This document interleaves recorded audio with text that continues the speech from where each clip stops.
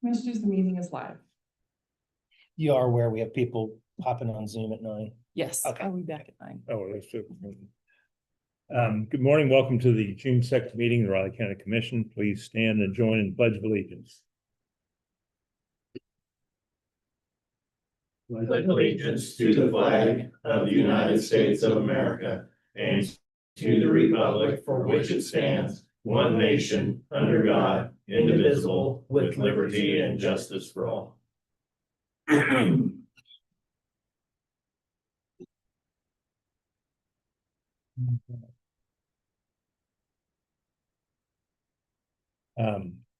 Any public comment?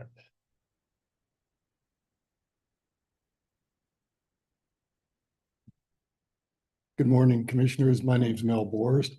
I'm here representing the Manhattan Riley County Flag Day Observance Committee. And last year, for the first year, I believe, I think this may be our 10th year observing after Stormy Lee Kennedy requested from the City Commission that we start observing Flag Day to call attention to our Veterans Memorial and Peace Memorial Auditorium. And the 101 that we know of casualties from Raleigh County from World War II. And also to, of course, call attention to our flag and what it stands for, the liberties and constitutional rights that we have. But last year, I think was the first year, we requested a representative from the commission to come speak, and Mr. Ford came and delivered some remarkable comments, and we were very, very pleased that he was able to do that. And we'd like to again invite a representative of the commission to present some remarks this year. And Flag Day will be at 9 o'clock on Saturday, the 14th of June. So it's coming up just in a couple of weeks. Sorry for the short notice, but we're getting it done. And Greg, you want to do it? I guess, yeah. Okay. well, thank you very much. I think, well, let me- Chairman McKinley. We would I've got some Saturday. Something coming Yeah. up. check the calendar. I think there's that thing in Riley this Saturday.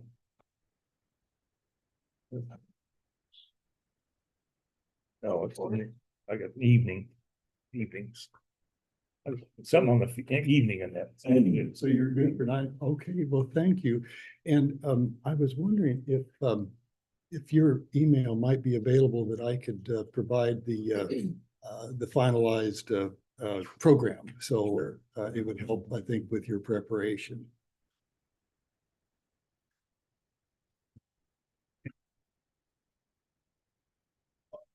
Thank you.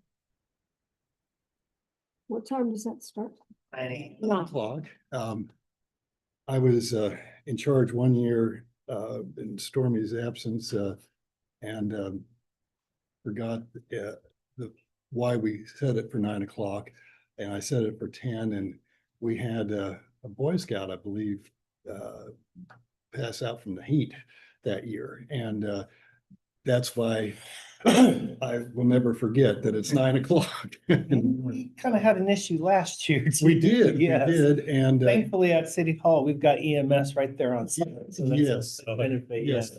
Somebody And, had some heat exhaustion, yeah. And even we have requested that they be in attendance instead of on the other side of the wall. Yeah, good call, Yeah. good call, yeah. It was kind of a balmy morning, if I remember right, yeah. Windy, but balmy. Well, thank you very much, Commissioners, for last year and for this year. We really, really appreciate it. I haven't been down to see you for quite a while, and in the meantime, there's been occasion for me to thank you for a couple other things. One is I had an occasion to be helped by both the Raleigh County EMS and the Raleigh County Police Department when I had trouble on a bike ride. It was again heat related and an old guy, you know, and I just was so very, very pleased with the service that they provided and The policeman even took my bike back home for me after I had to go to the emergency room. And the other comment I'd like to make is what a pleasure it is to work with the county offices here. The treasurer's office and the clerk's office and the register of deeds office. It's just been very professional, very cordial, and a real pleasure to work with them. So thank you. Thank you. Have any other public comment? Okay, commissioners. Okay, well, Thursday afternoon, I had lunch with Mike Riscella, the executive director of Pawnee Mental Health at El Patron. He's taking some time to meet individually with members of the board of directors. And of course, I had a couple items I needed to discuss with him as well. So a very positive dialogue. There's a couple of things we'll be working together on and continue to kind of discuss and dialogue here in the near future and see what we can get done. Also Thursday afternoon, I listened in on the second webinar from NACO, the one titled Inside Washington, County Impacts from the White House and Congress. The webinar focused on policies and actions that directly impact the nation's counties, which included federal funding, regulatory changes, and intergovernmental partnerships, all of which continue to be an evolving dynamic that will continue to have impacts, as mentioned, to county priorities. Then lastly, on Thursday, I met with Ben Lebdo from Make My Move. I know he's going to be talking to us here at the 9 o'clock, but he needed to get some items pertaining to discussions that we'll be having. Needed to get some local data and information, particularly in reference to the other smaller communities and just the rural area in general here in Riley County, just to kind of plug into some numbers. Friday afternoon, had a Zoom call with Todd Gordon. He's the EPR director assistant helping the city of Ogden as they are using a Thriving Communities Technical Assistance Grant, try to make that an acronym, from the United States Department of Transportation to coordinate with agency stakeholders, create an implementation roadmap, and support funding opportunities. Also on the call with myself and Todd was Angela Shanine, the planning and zoning director for the city of Ogden, Kayla Simon, principal at Ogden Elementary School, and Ann Smith, executive director of the Flint Hills ATA. Had a rather in discussion involving the reconstruction and safety items pertaining to Riley Avenue. So continues to be a growing project. We're getting pretty close to having the dollars to get the planning, engineering, all that stuff put together, and then go for the actual funding for the construction part of it. So it's kind of a two-phase project, but it continues to move along pretty effectively. Sunday, K-State ended its baseball season by going 1-2 in the Austin, Texas regional, I should say. They lost the opener to UTSA, who ended up winning the regional, came back to beat Houston Christian, and then lost to top-ranked Texas yesterday and finished up at a not really great 32-26, but kind of ends the athletic year for K-State. And I guess the next date on the calendar to start planning for is August 23rd. So I don't know if anybody's going to Ireland for that game, but it's going to be a morning game too, 11 a.m. And 7 a.m. 11 Oh. a.m. It might be 7 a.m. their time. I don't know on that. All the other games though, I think are going to be non-conference are going to be 6 p.m. is what it looks like. So already planning for football, as you can tell, counting down the days. Spent the rest of the weekend finishing up at a few projects at home, preparing for the upcoming week. Finished a couple TV series I've been working on, and that's about it. Okay, well, I don't have a lot except I went to Western Kansas Friday morning. I did get my car tags the day before. That was really great. It went right. Got there at perfect time. Yeah, you're at F2, aren't you? At the end of May. Yeah, gotcha. But I drove out there. It's about almost a 5-hour trip one way, so it's a long trip. And saw a lot of people that I hadn't seen for a long time, and visited graves and went to a memorial service. And I headed home, and I picked up a cold somewhere along the line, sniffles or something. So hopefully get better. But I also got calls on the Job Corps Center being closed down and what's going to happen with that and with the kids and so there's the workforce group, which I'm part of. They're going to be there today trying to figure out some things for the kids. I could have given them some time at least. I know, they got to be out of there by Wednesday. Yeah. less than a week. Awful, I mean, so. that's a lot of kids. That's a lot of programming to shift and transfer at once. Oh, Could yeah. give them at least 30 days. I mean, I thought it was gonna be ended, I thought it would be ended June. but it's Yeah, not. the federal. no, they say everybody has to be out of there by Wednesday, the 4th. Yeah, and I know that county attorney is concerned about that because, you know, they're out in the streets, they're could be picked up by drug traffickers. So, I mean, there's gonna be a meeting, they're gonna be over there. I don't know how long they'll be there. This morning I'll go over and then I'll also see what's going on. There's another community meeting going on today to figure out what to do. So it's kind of a jolt. Like everything's. I good. can't, I mean, a lot of them. I understand moving funding around or having to eliminate stuff, but you could give everybody some, either a heads up at least, or a time frame in which to work with to try to transition things. It's a lot. Yeah, it is. And, but anyway, that's all I've got. Yeah, the article in the Mercury said it was June 30th. Yeah, that's where the staff, I guess, can stay and clean things up, but Oh, I don't know who owns the property. It's, you know, it was Oh, it's developed back historical. in the Reagan days, apparently. No, it came online in 1990, spring of 1992. It's Okay. been here for a while, but Yeah. I knew some people that had started working there immediately there. But it was, yeah, spring, early summer of 92. I don't have to remember that. I don't know. Right. Yeah. I just knew people that actually had applied and worked there because it was kind of a big deal when it came. It didn't get off to a good reputation to start off with. They've had to kind of work at that through the years, but have done pretty well with it. I know I toured it last April, May, and I don't know.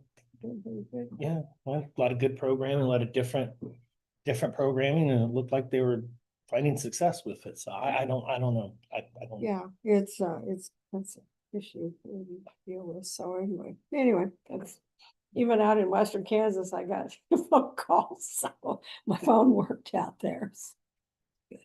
Yeah, they do work out there. Hmm. There's one dead spot in there, I think, like Just Lincoln one. or Ellsworth County, and outside of that, it works. Yeah. It's amazing. I can't get phone service in Keats, but I can get it out of Newdale, you know, it's. Yeah, if I'm on the phone driving up in that little bank area of scenic drive right there, as you're coming up to the top of the there's hill, That's I fine lose in it. there too. Lose that every time. all right. Well, Thursday, actually called, right? Returned his call because he called during our meeting. Call from a resident upset about Michael Bowler's enforcement of noxious weed regulations, and later had a good discussion with Bowler about what's going on out there, and they're working on a resolution. I think it's going to work out all right. Other than that, I had a nice weekend. Weather was good. Spent a lot of time working in the yard, and my back and knees say I spent too much time there. That we're ready for business. Okay, first item, Commissioner, the motion on highway use permit 2025-004 WTC fiber optic. I make a motion to approve the highway use permit granting WTC permission to complete the work as outlined in the permit application. I would second that. Been moved and seconded to approve the highway use permit granting WTC permission to complete work as outlined in the permit application. All in favor? Aye. Chair, please sign.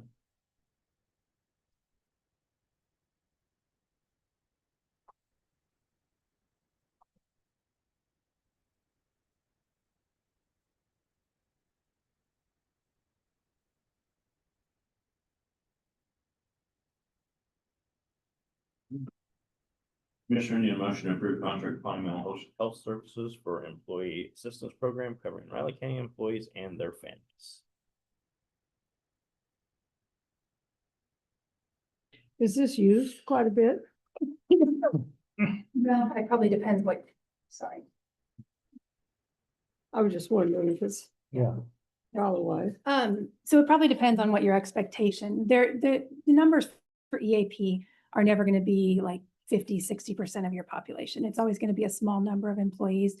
But we do have a utilization report and it is being used. We don't know how many people, we know how many sessions, how many times someone's activated it. So, and this is, I will tell you, is specifically designed, although it's open to all of our employees, we specifically contract this for our employees who are not eligible for state EAP, the benefits eligible. So our PRN, EMS folks, our firefighters, our election workers, anyone who is not a full-time employee cannot access the EAP that comes with the state benefits. So we have had, I just out of conversation, firefighters and some EMS just mentioned that they were going to reach out. Okay. But full-time employees can as well. Yeah, I was just wondering if we used the $3,600 or if we need to add more to that or, Well, so that is per person, per month cost, and so that covers 300 employees. okay. Yeah.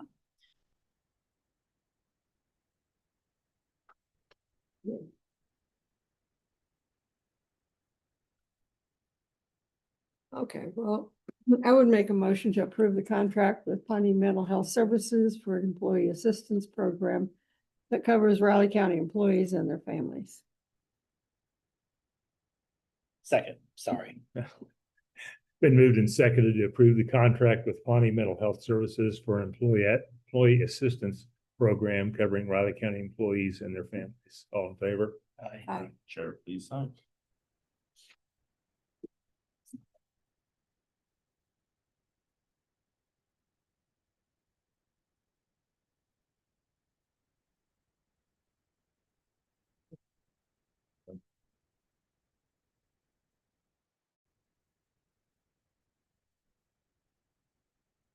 Thank you. Need a motion to approve the Riley County Physician Action Form for Child Care Provider and Health Department. Did we discuss this one? Cause I don't, we So- did, I don't remember. Yeah, so this is a position that it's like our other kind of as needed positions that it's not an as needed position. It is up to so many hours and it's $20 an hour and they work no more than 3 hours a week. And generally for those types of positions, we don't do a formal CAR or request. You approved it in their budgets. And previously they had a mixed bag of some were W-9 employees, some were W-2. Raising Riley and MCH were kind of having different programs. And so what they wanted is they wanted to achieve background checks and they wanted to have drug testing and those kinds of things, which they weren't doing under a contract position. And so we've moved it and we did it all, 6 to 8 weeks ago with the health department, moved it to a W-2 position. Generally, we don't bring a car or a gold sheet for those kind of like stipend, volunteer firefighter, EMS, those kinds of positions. But there was some confusion about and trying to remember where was which money coming from? Was it MCH? Was it Raising Riley? How many total hours is there? And so I wanted to just have an official form. And I did send this to the health department to go through as well to make sure that those are correct. But they've got $4,000 coming from Raising Riley and $2,000 coming from MCH. And then we just extrapolated the number of hours that we could afford on that with the 7.78% benefits. So this isn't something you always see. You know, you don't see the volunteer firefighters, you don't see all the election workers, the PAF, but I wanted it to be kind of clear so that everybody could go back and look at the document. So you have approved this in the past, it's just been under W-9. Does that make sense? Long answer, short answer, long, I guess. Okay.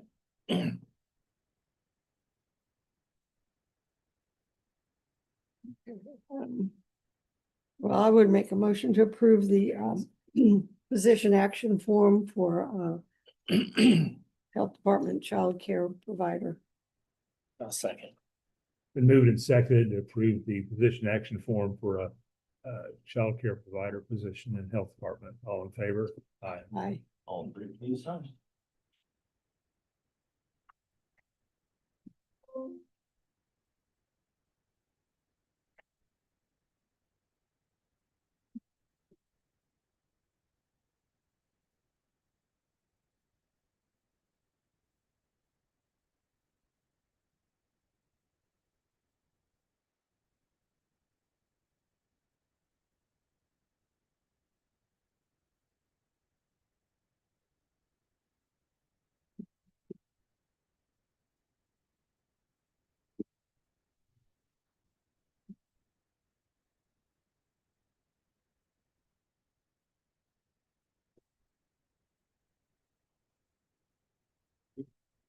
Next, Commissioner Riley County Employee Action Forms, Audrey Christ, new hire, museum intern, museum department. Lillian Thompson, new hire, WIC intern, health department. Allison Broomer, new hire, child care provider, health department. Olivia Murray, election specialist, separation of service. Grace Martin, a new hire, legal intern, attorney's office. Allie O'Crowley, a new hire, clinic intern, health department. All three please sign. A lot of green shoots. An intern for the summer. Well, hopefully that'll lead to good beginnings. Board have any changes on the minutes? Didn't have anything. Not any either. I'll go ahead and make a motion to approve the minutes as written from the May 29th meeting of the Riley County Commission. I would second that. I moved and seconded to approve the minutes of the May 29th meeting as presented. All in favor? Aye. Tentative agenda is okay, commissioners? Yeah. Any items for next week's press conference? We have Ben Leo on Make My Move at 9. Okay. Is it ending via Zoom? Correct. Was he the one that was here the Hmm. last week? Yeah. They're gonna be coming back to Kansas, but it wasn't this week. Another and he quick said, drive? yeah, I didn't want to fly from Indy to Kansas City and then drive 2 hours just for a 10-minute. There was a time though, you had no choice. Yeah. Yeah, there was. It's it. Funny thing is, it wasn't all that long ago. No, it really No, was. you think about it. One good thing that COVID did for us. I don't know. I'm up and down on that one Well, I do sometimes. prefer in person, but for Yeah, me convenience, too. sometimes it is rather handy. They said they're working down in my area, Kentucky this week, Hmm. Louisville, Campbellsville area.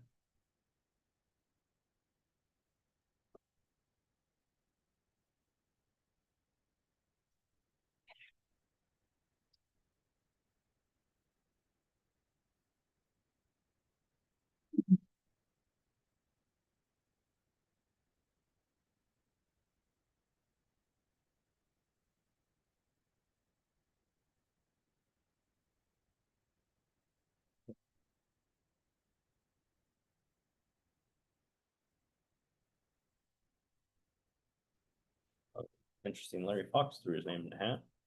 Saw that.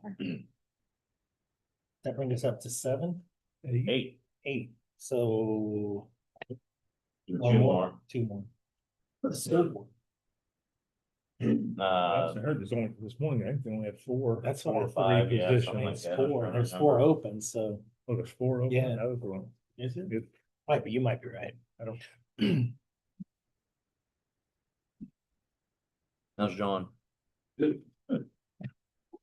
it next week that you're Tomorrow. tomorrow? Okay. It's gonna Yep. be like this. Just dangling there. Definitely doesn't drink coffee in the morning. And be a little shaky.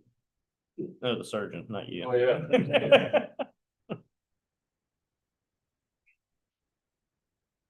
If you walk in there and he asks which arm, run real fast. Had that before. I think when my knee, I'm almost out and they started to put the brace over. Oh, I was like, wait a minute, no. When I went in the knee, they asked, well, put me out, asked me, and they marked. They were done, yeah. Marked which one.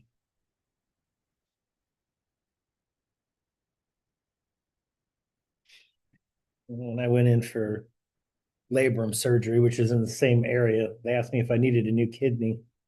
My, my doc- Maybe. yeah, What's doing? this was 15 years ago. My surgeon apparently had a sense of humor. Don't know if I agreed.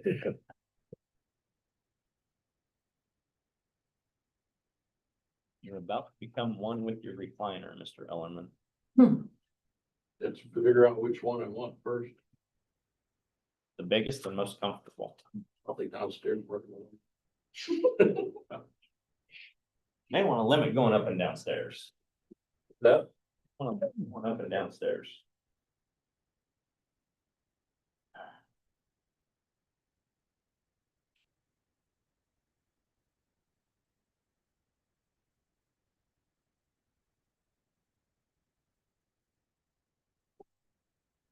Be warm and windy today to bring in that storm. Yeah, we can't seem to figure out what the timing of that is. Is it tonight? I heard after midnight. Okay. Yeah, it would make sense when it goes from 90 to 70, but Well, I heard it's supposed to be really windy today and I haven't seen the wind yet. you know how it goes. It can shift on a dime.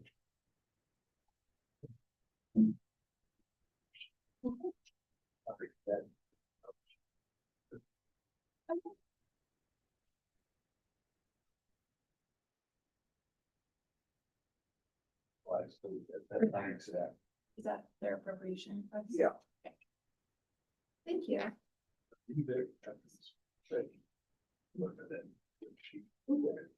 Yeah, I'm here all day.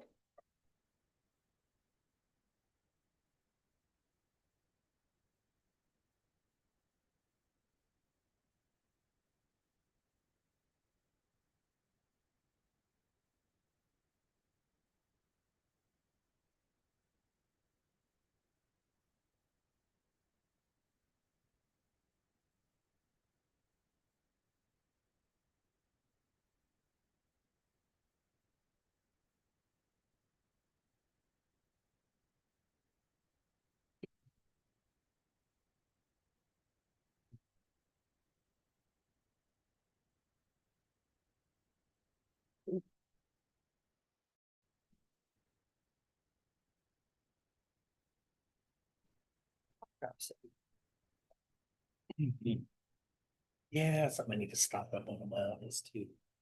You want one? No, I'm good now, but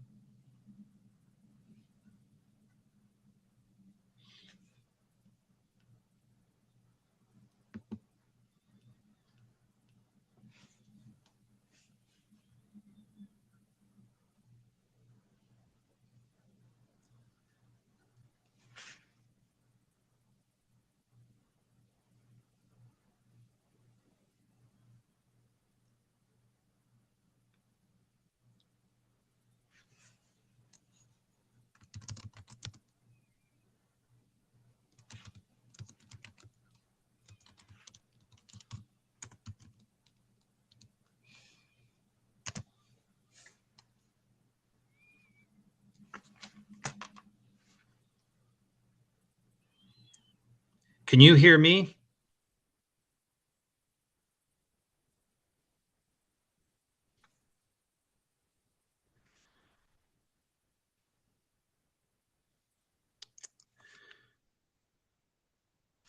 I unfortunately could not hear you. Can you Oh, hear? yep, I can hear you now. Just had to change microphones there. I'm not sure if you could turn the volume up. It was hard to hear, but I can't hear you, so I'll just have to be very focused. Okay. Is this a little bit better? Yeah, perfect. Okay, good deal. Sorry about that. Not at all. Commissioner, am I up? I'm happy to join. Yeah, go ahead. I couldn't hear you, so. Yeah, go ahead. Okay, great. Well, thank you. I want to be thoughtful of the time here for everyone. Again, thank you for giving me another opportunity to share with you not only what we do at Make My Move, but quite frankly, the opportunity I think that's in front of Riley County and a bunch of other Kansas communities. So for a quick background, Make My Move, we are an online marketplace founded by the folks that, if you're familiar with Angie's List here in Indianapolis, that built that business up to a publicly traded company with consumer marketing platform. We're kind of doing the same thing, but on the two-sided marketplace. It's people that are looking for new communities to move to and communities that are looking to grow their population and their workforce and talent. And so we've been working in the state of Kansas for a couple of years now, successfully, primarily with community programs up in Northwest Kansas, in Reno, Hutchinson, and Neodesha. And now we are expanding in the most recent legislative session. We helped advocate for a grant program that's going to be administered through the state treasurer's office that enables communities to draw up to $250,000 on a 80-20 grant split. So 20% from the local communities and 80% from the state to both administer and pay for the administration, benefits package, anything really, in these recruiting efforts for communities. And so we were out talking to folks. We had been having multiple conversations with Commissioner Ford for, I think, over a year now. And so obviously we think that this is a great opportunity for the area and the region to do that. So I wanted to kind of provide you guys a quick demo on how that works, the back end, and obviously give you an opportunity to take any questions. So hopefully I'll be able to share a screen here. So it's pretty simple at Make My Move. What we are doing is we are conversion marketers. The importance and distinction there is that we aren't necessarily trying to boil the ocean or get in front of everyone. What we are doing is we are literally looking for approximately the 7 million folks this year that are going to be looking to relocate outside across state lines. So we're looking for a highly engaged, motivated audience of folks that are actively looking for a new community to move to. And we're getting in front of them and we're presenting to them a list of communities that are actively looking to attract talent and workforce. And so as you can see here, hopefully, here's sort of our profile page, our homepage, where we list a bunch of communities and you can kind of scroll through and filter and market and search for different communities based on different attributes. Oftentimes folks kind of come to our community pages. Hopefully that's switching over. And as you can see, we have a bunch of communities where folks can kind of click on and learn about those communities. So let me just, Northwest Kansas is a good one here. You guys would be familiar with this, but there's a video link. There's multiple communities that we work with in there. There's different tabs. You can click here and look at all the different communities and profiles. As you get interested in one, we have a housing guide. We have questions. There's a cost living comparison. So depending on where you're moving from, you can kind of see how far your dollars will go. We help you do user generated content. So these are literally posts from community members about, whatever it is that's of interest to them. All sorts of things that enable people to get to understand and look and see what the community has to offer. But essentially, if you're interested in something, you hit and apply now. And that actually, hopefully will go to, I have Hutchinson up here, but it comes to an organization page. And when you click on the organization, this is one of the things we offer is it literally brings you to your dashboard. So the most important thing we know is this. When you're utilizing, state funds or local funds, which are very limited, and we know that you guys as stewards of those funds have to be able to articulate to your citizens exactly how you're utilizing those dollars. So we think of this as economic development through people. Why? Oftentimes these folks are bringing jobs with them. So if you think about it, the remote workers or the job bringers might be bringing a job from, let's say, Texas, $90,000. Now that job is now inside your community getting taxed at the state and local level. But most importantly, they're doing their spending now inside the local. So the doctor, the dentist, the cup of coffee, the groceries, the gas, the utilities, the housing, all those dollars are now being spent inside your community as opposed to where they came from. What we find is oftentimes, here are the stats. So average household size is 2.3. So they're oftentimes bringing in another adult with them, of which about 57% are taking jobs inside the local economy. And 33% of the time, they're bringing at least one school-age child. And so you can see here this dashboard. And this is Hutchinson Reno's. And so I'm going to go all time. This is just in the last 7 days. But what you'll see is the number of folks that are inside their dashboard, number of applicants and impressions and likes. Why is this? You can see the potential economic value and impact. And then we actually have, I'm just going to do this quickly because I know this is probably being streamed. But these are actual people that have applied to their program. And as you'll see, when we kind of get in here, this is all the activity our team does. So when someone's interested, we essentially create playbooks for the community to engage that person and qualify them, do all the things. I use a sports analogy to kind of get them to the 5-yard line to know if they're really, truly vetted and interested in a community, and then let the locals really sell them. And one of the things that we continue to see, which I think is of very interest of you folks, is, people's desire to move to more affordable communities and connected communities, but also folks that are looking for more rural surroundings, right? But also close proximity to, a city or a town that they can find the amenities that they're looking for, which obviously Riley County has in spades. And so this kind of just gives you the background, I think, of sort of these are real people that we have line of sight for that are interested in a community and selecting that community. I think here, you can kind of see the work that we do. Are these switching over, John, Commissioner? Yeah. Okay, good. And so that's sort of, in a nutshell, kind of a quick demo. Obviously, there's a lot more to get into.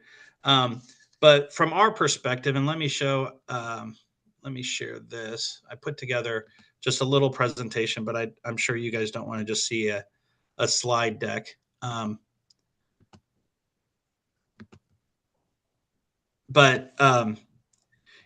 the framework, again, over $70 billion locally on incentives. Here's the legislative framework. I think the fact that there's dollars out there from the state that we can go tap into makes us really cost effective. So again, our movers, 80% of these folks are going to be college educated. The average household income is just over 100,000 at 115. And here's our audience, right? So from the job sector perspective, about 31% are from tech, management, sales, healthcare, finance. Interesting, when we started the business, we thought this would be a lot of boomerangs and folks coming back, but 60% of the folks that we move had no prior connection to the community that they moved to. So these folks are literally waking up, kind of opening their eyes and saying, you know what?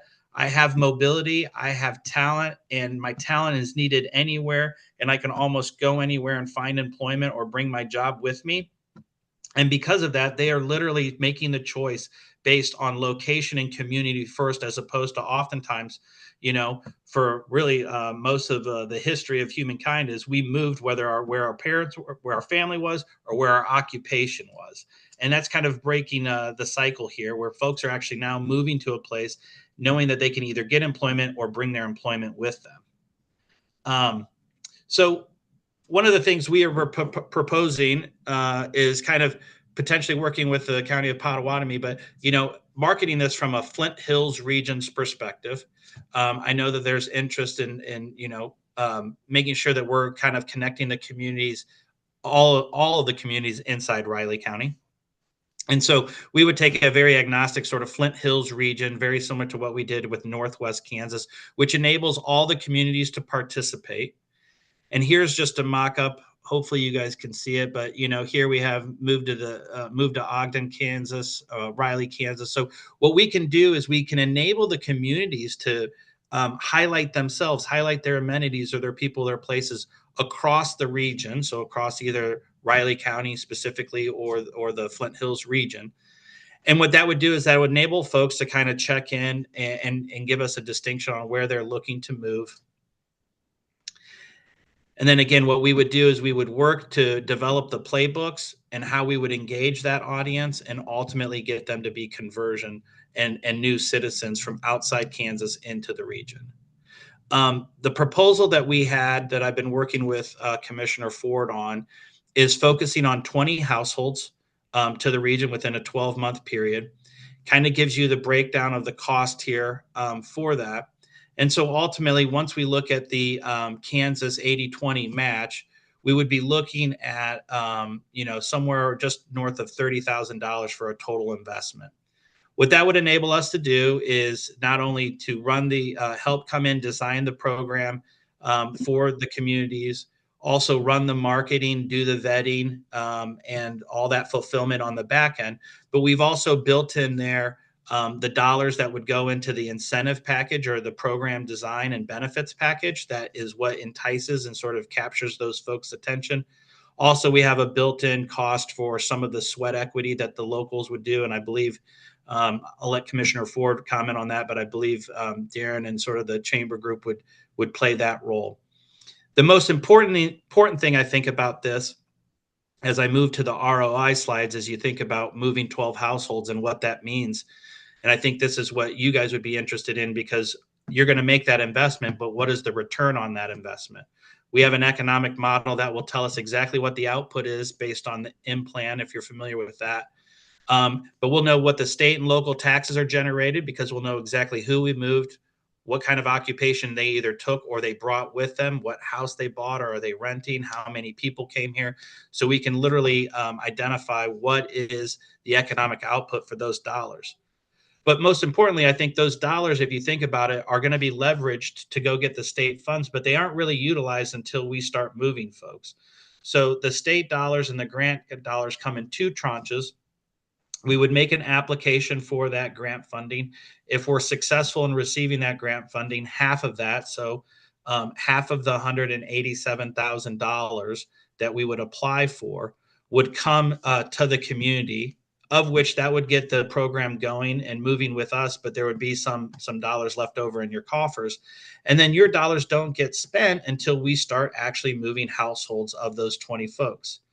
Also, with respect to the benefits package, if there is any hard sort of what we call hard dollars or reimbursement for the relocation, which we oftentimes recommend because moving is a little bit expensive and that helps de-risk it for the communities. We don't pay all those dollars up front. So let's say we're going to give someone $5,000 to pay for the U-Haul. We'll give them $2,500 once they've moved and we've secured housing and that sort of stuff. And then the remaining balance would be paid in year 2. So essentially your dollars aren't really utilized and expelled until we start actually moving people. So it's really a pay for performance. And also all those dollars aren't spent right away. They're spent as people are moving and coming in. And it's really only half of that comes in until they stay till that year 2. So for all those reasons, we think, this is a great way to not only get more taxpayers and folks into your communities that are bringing, jobs with them oftentimes, or taking much needed jobs for employers who need talent. Also seeding future work force and population, because folks are bringing their families and they're putting roots down in new communities. And the fact that they're choosing your community based on, who you are and how you're presenting yourselves, what folks are looking for. Our Midwestern communities are just ripe for this opportunity. We're welcoming. We have a lower cost of living. You can get space. They're safe environments, great schools, all those things. So because of that, we're pretty bullish on the opportunity here, and wanted to present this to the group and hopefully give you an opportunity to answer any questions.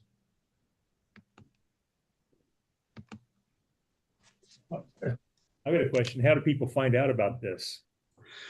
Yeah, so part of what you're paying for, about 80% of it, is going to be marketing. So social marketing, we do PR. We're going to do Instagram, Facebook, all sorts of channels that our team that hone their skills at Angie's List do.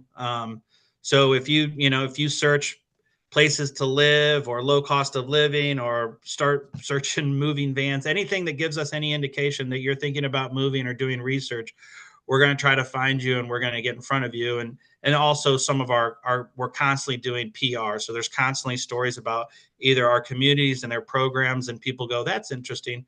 And they click on it and find their way to the platform and the marketplace and just start diving in.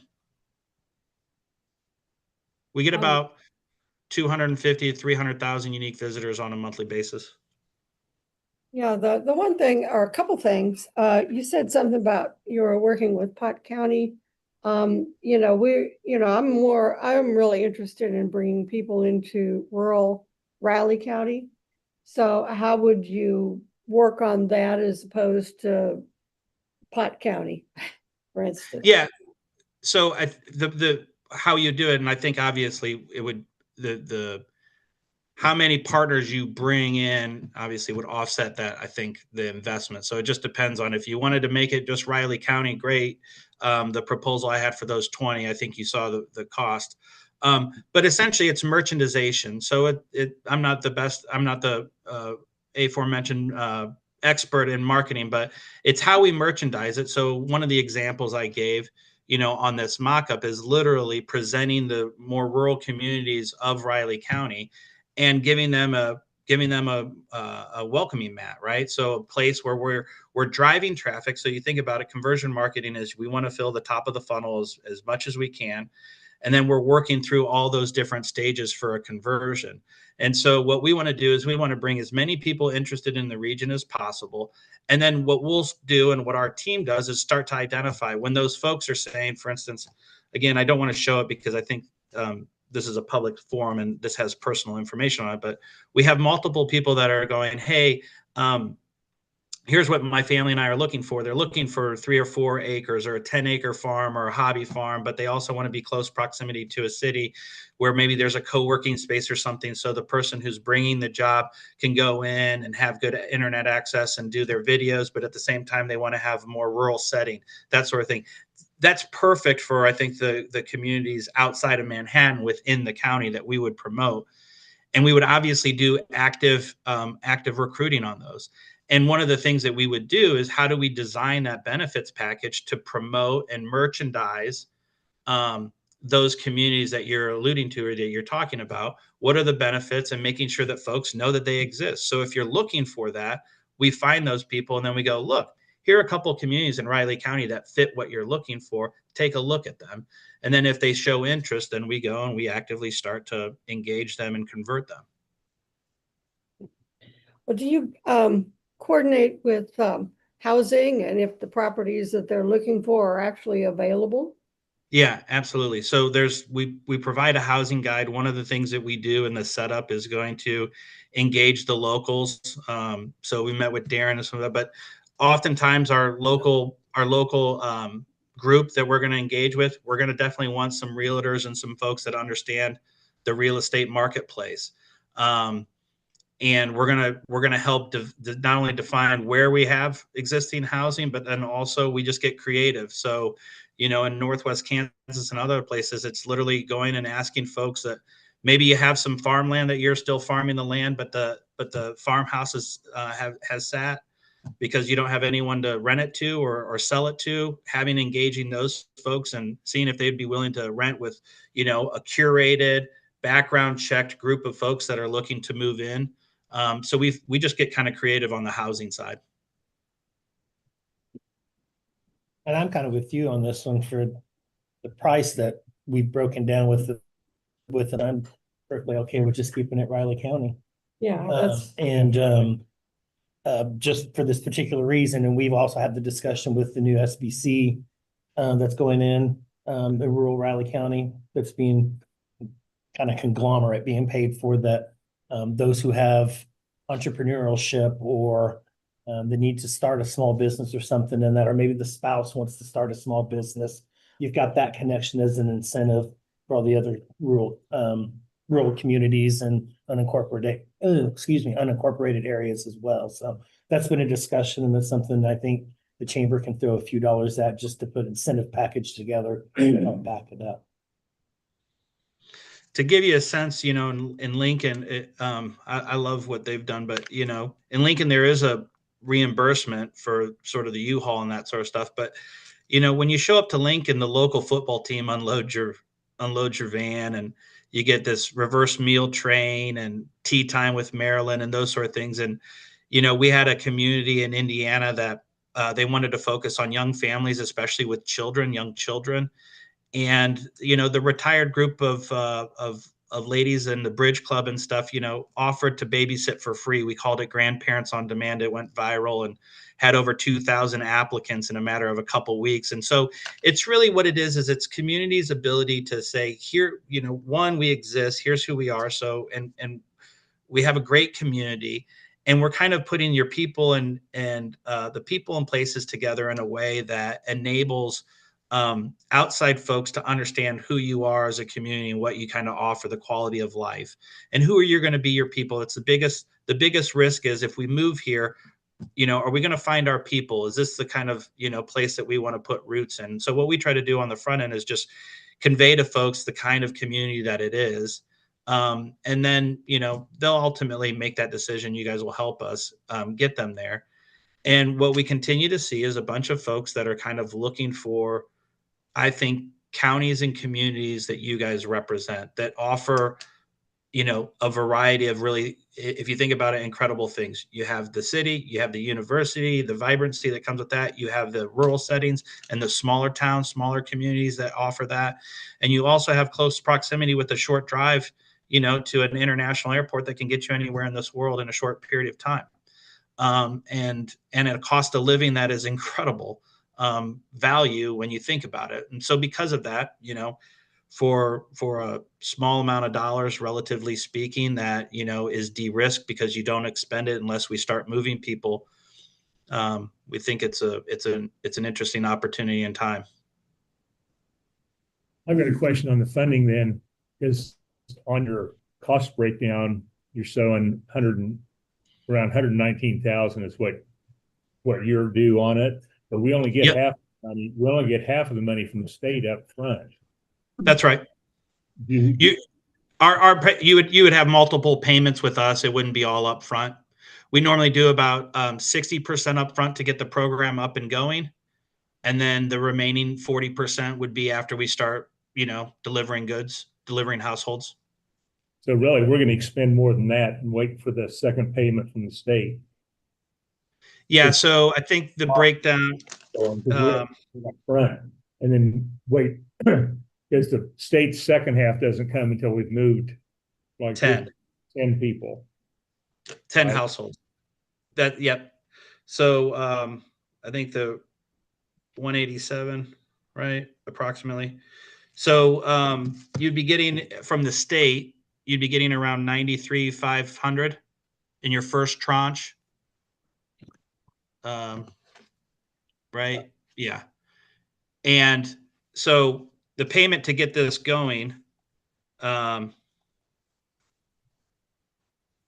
with us is about 71,000. So you would have essentially, you know, some dollars in your coffers.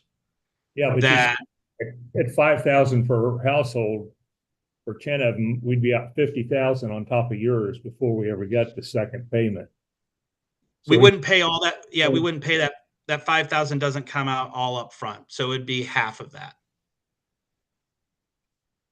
So for instance, the Smith family moves into, Ogden, and you had a $5,000 relocation stipend, you would pay them $2,500, and then you would keep back $2,500 until year 2. So they would come back year 2, show they're still living there, and then you'd pay them the remaining balance. So that's a kind of a way to both protect your investment, but then also an incentive to, make sure that folks get here, get settled in, that sort of thing, and aren't jumping around. Does that make sense, Commissioner? yeah, but you said 70% for you up front, and then when's the rest? 60-40. When is the other 40?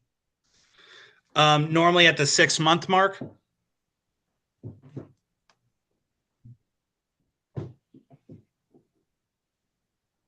It's basically 2 payments per year to finish out the entire amount. We can be flexible as well, depending on.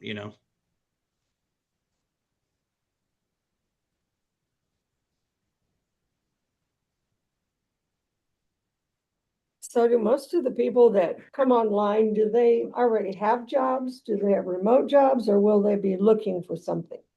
About 52% of the folks that we're moving are bringing a job with them, and about 48% are job seekers. The job seekers, there's a little bit more time to relocate them because you obviously have to help connect them with local employers. But that's how the breakdown is normally. The folks that are bringing jobs move rather quickly. We kind of move them within sort of a 90-day period.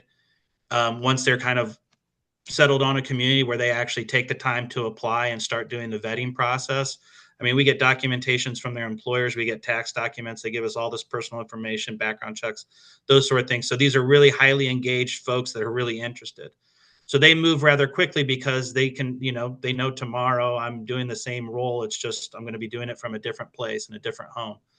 The job seekers tend to probably extend that, to a period of time, and it just depends on what the role and responsibility and the employer base there.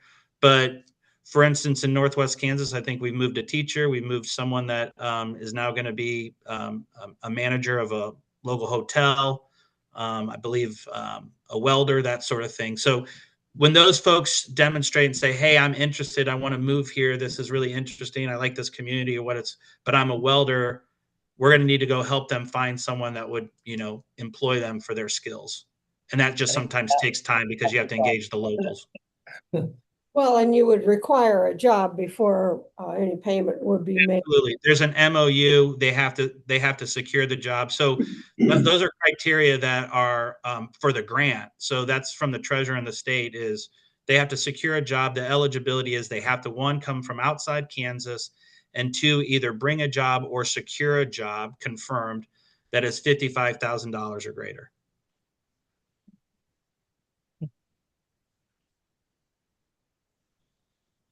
And that's part of the work we do on both the vetting and the confirmation. So for the clients that we'll work with, we will handle all sort of the documentation, the securing, the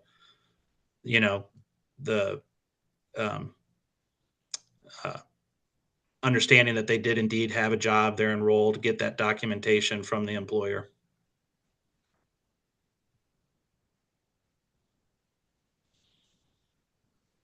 So I guess we kind of hit the 9:30 point here, but next steps. If we do so. Yeah. From our perspective, if it's something you would want to proceed with, we're proposing a conditional contract, which essentially is conditioned under, we state, we're going to go apply on your behalf for the grant dollars at this amount. So we get a conditional contract, 100% predicated on us getting that.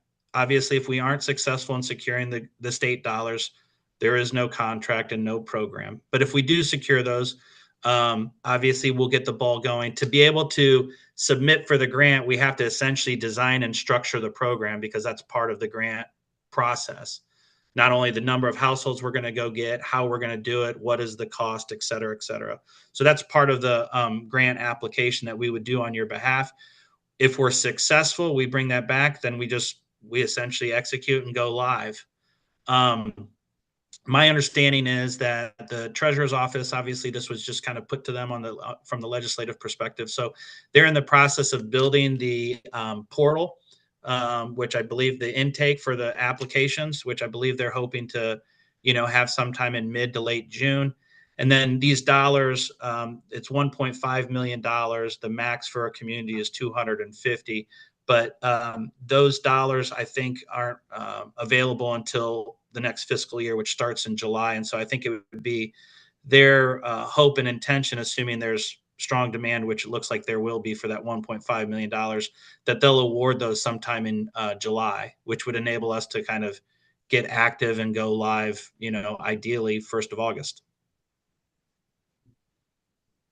Okay.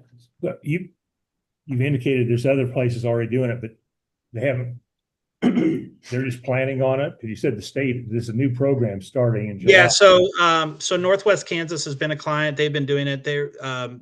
It's the Innovation Center up there. I believe they're a non-for-profit. They have their own funding. I also think It's like a 24, 27 counties total, isn't it? Yeah, 26. And they have some funding. I think they get some foundation funds from the Dane Hansen Foundation. So they've been funding that themselves. So they've just been taking the full cost of the program on. Same thing with Reno and Hutchinson and the city of Neodesha. They've saw value in this and have been paying for it. Obviously there's an opportunity now to offset some of those costs or subsidize it with state dollars. I wonder if there's And Lincoln been any County. buy-in in the community. Any of our rural communities. Have any of our rural communities heard this presentation? They have not, but it's come up on the radar with this new program so fast and the turnaround so fast that, if they separately wanted to incentivize some within their communities to pull 1 or 5 or whatever, that's certainly an opportunity to do so. Yeah, I'd like to see what rural communities think about this before I would make a commitment. I don't know that we're gonna have time. Well, money down the road. If you connect me with the leaders there, I'd be happy to make. I can connect you with at least Ogden. I would guarantee that they'll be on board. Let her Yeah. go. Let's see if they have the housing available, even if they get 5 people. What? I'd be happy to have a conversation with whomever you would be willing to introduce me to. Okay.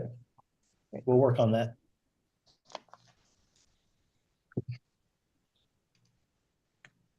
Well, I know we're 5 minutes over, so I do appreciate your time and consideration. Any other questions? At the moment, I don't. We'll stay in contact though, Ben. Okay, thank you for the opportunity. I appreciate it. You guys have a great day. You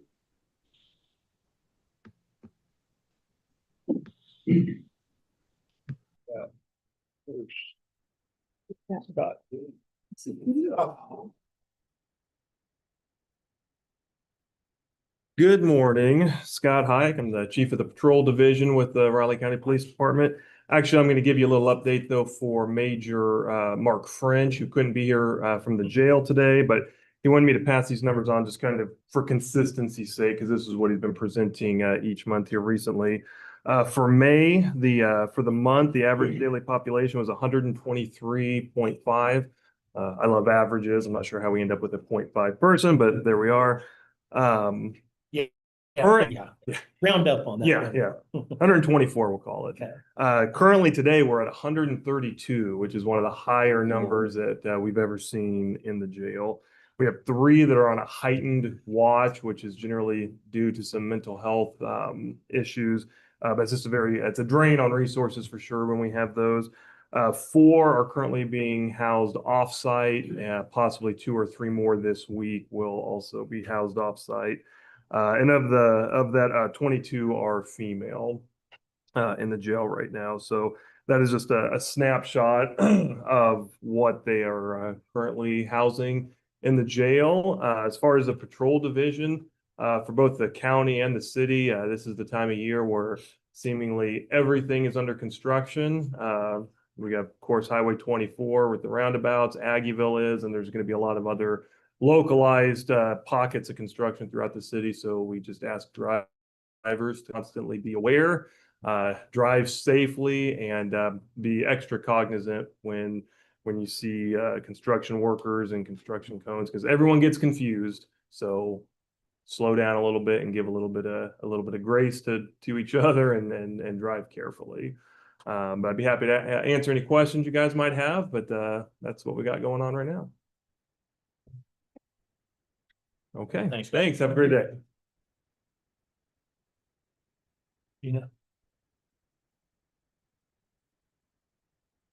Morning. Morning. Just have a quick update for you. Scott and I actually have been walking with state law enforcement to really look at our new common consumption area boundaries, the zone for downtown.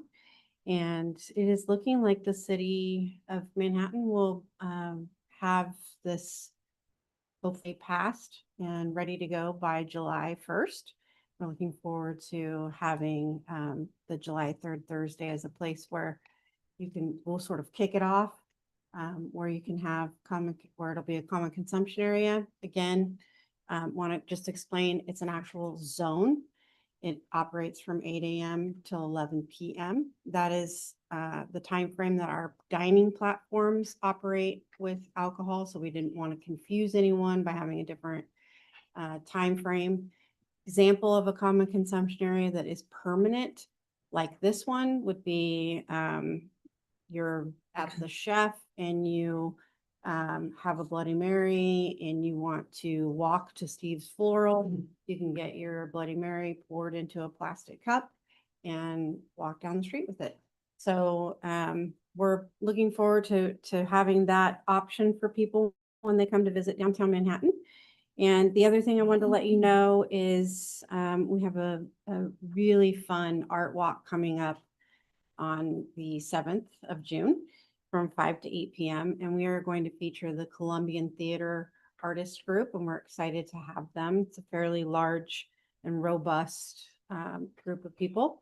And this is an elevated experience. We have wine, compliments of Liquid Art Winery, and we'll have light hors d'oeuvres and snacks for everyone, and you can travel the district. The maps will be available all night long. So just come on down and we will get you on a tour of art. And then, of course, we have our June 3rd Thursday to look forward to. Any questions? When did you say that art walk is? Saturday, June 7th, 5 to 8 p.m. There's going to be a panel discussion at 6 in the Midtown Art Space at 116 South 4th Street of many of the Columbian Theater artists. They're going to talk about their work. Should be fun. Thank you. Nope. Good. Thank you. Thank you.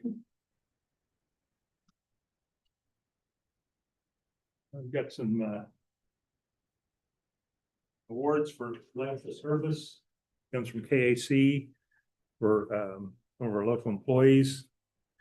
For the first couple are for 8 years. Jim Cook, appraisal, first one.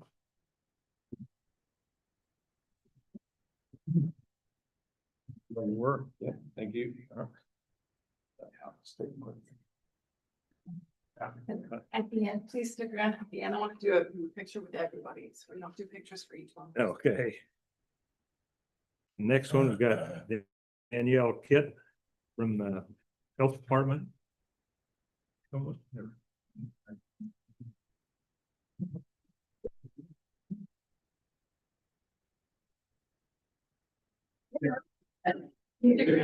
Picture of everyone. So getting a picture of everyone together. And got one more for 8 years, Lisa Peterson. What department? Public Works. Okay. There she is.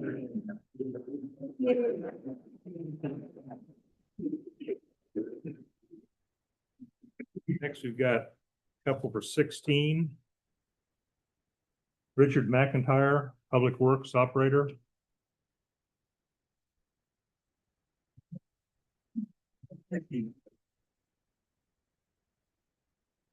Lisa Daly.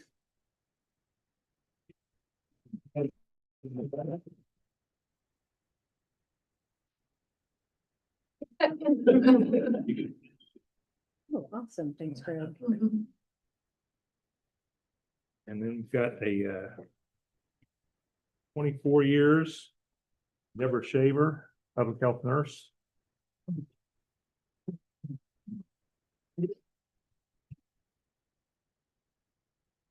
Another 24 years, Julianne Wirtz, in appraisal.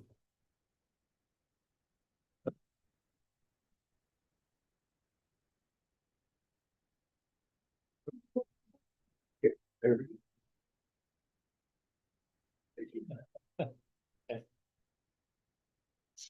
You want us all up here, or where are you gonna try to? Yep. So thank you so much to everyone. If you've got a certificate, please line up in front of the commission desk here. I think we'll have to do it in front instead of behind, if you would all join us. Oh.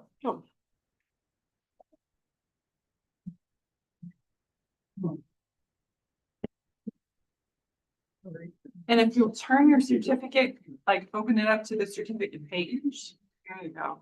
So we can see. Oh, everybody always wants to be in the back. There's room for everybody. Okay.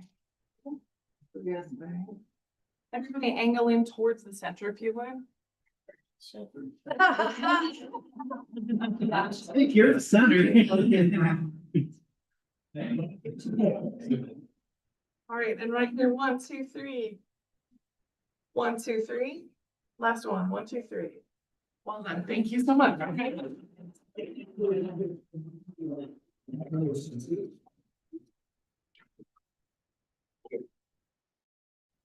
Thank you. Thank you.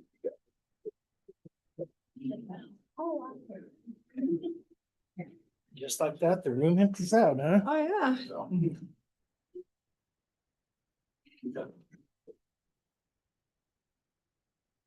Wife still the first one, it's Jimmy. Uh-huh. Jim, but my wife's still the first one, it's Jim, some 87. Jimmy, really? Almost time for Mr. Meyer.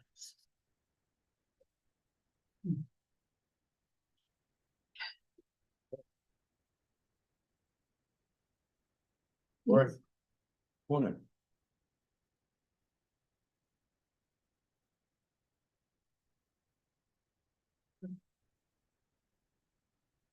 Oh, just need some time. Oh. Yeah. Thank you.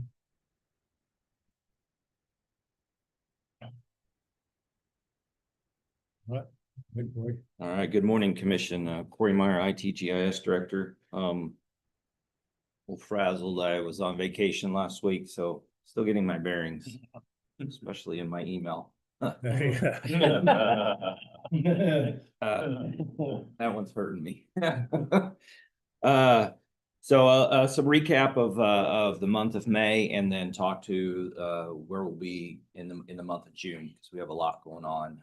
But some of the regular things I'll skip past our day-to-days, our week-to-weeks, month-to-month type things. But moving down to the EMS building, we finished installing all the access points, cameras, getting all of the doors set up with all the card readers, and working with CBS, getting the security set up so that those can all be assigned. Working with BHS to make sure we didn't lock them out, so they could still get in and continue doing the work. So a lot going on there. So we're kind of in an idle phase now from the IT department, just waiting on the completions, and then be ready for the for the move here later in the month of June. If you haven't seen that IT office in there, Oh, it's yeah. a nest. Yeah, There- I Lots of seen all the wires. equipment when it was laying on the floor, and then I was only imagining what wiring all looks the like. cables coming Yeah. in. It's quite a- It's come together to us in a beautiful display of how it all is laid out now. Others go, what is that? Yeah, no, yes. Just so you know where everything's at. So Yeah, that's- we do. And Parsons, a local vendor here, did all that wiring and a beautiful job in there. And so, you know, kudos to a lot of the vendors that were selected on this project. They've done phenomenal work, and we're really, really happy on that side of things. We really appreciate them. The EM building remodel, the meetings on those things, the planning, moving that project forward, but already beginning to talk on the door security to go in there. The meeting room, meeting with some vendors and things on how those will be handled and laid out, much similar to what's been done in EMS building. We want to really start to create a foundation of when you go from building to building, the conference rooms are the same type of equipment. So it's a familiarity when you go from one to the other, you know how to use those, especially as we're doing a great job of going through some upgrades and stuff that we're doing. So those are going well. One of and with the EM move, we are in the middle of moving them this week. Furniture is being moved today. It's happening as we speak. So furniture being moved out from Public Works into that old Consa space. That all gets set up today and tomorrow. Then we'll start the transition of their IT related equipment out to that location, moving their Xerox, getting them set up. Lori in Public Works already taking care of keys, security, and so forth that are out there. So that project is moving along so that we get ahead of the window project. Just keep things stepping along. Rather to be a little ahead than, you know, we're running behind on these things. So that's going very well. John's team's been great to work with. Russell and so forth as well. So I appreciate everybody and then my staff all coordinating that, especially when I was off last week. It's been a great collaborative team project and it's moved very well. So then of course, once they're out and we get into the windows into July, then that'll be a space where we will move offices to while their windows are being replaced in theirs and then back and forth. So we'll have a shell game through for several months there once we get going with windows, but it's going to work out very well. Then we'll need to, as we get down into the end of June, we'll have the commission move. And we are looking at that we would have the first commission meeting out at the FCRC July 3rd. And so that's kind of where the calendar's laying out on things so that we're out of here and equipment, things can start to be moved in here. Being so close to the 4th, I'm seeing a fireworks. Hey, we could set it off right out there. We got emergency services right there. I mean, oh, hey. Rich, I don't know what that look was supposed to be right there, but yeah, no. Ribbon cutting, fireworks, Now you're move, thinking. right? Have everything all. Roll it all together. Yeah, Whole complex. gosh. That'd be John, you got that? I won't be here for that. That's right, I know. That's why you're like, sure. No problem. That's irrelevant. You're still in charge of it. Yeah. So the commission meeting Monday, the 30th will be here. And then we'll transition and move everything, but we'll already have the room done, set up, tested and everything. We're gonna do that the week of the 22nd. So when we move Josh and Alex and Dave and everybody out of FCRC into their new offices, you'll use 2 of those offices and then one next to that large conference room. So you all still have your own individual offices out there where you can meet, have your meetings and so forth. And then we'll use that large room on the west end of the first floor of FCRC down there. We've already started some testing and equipment and how it'll be set up and laid out. So I'll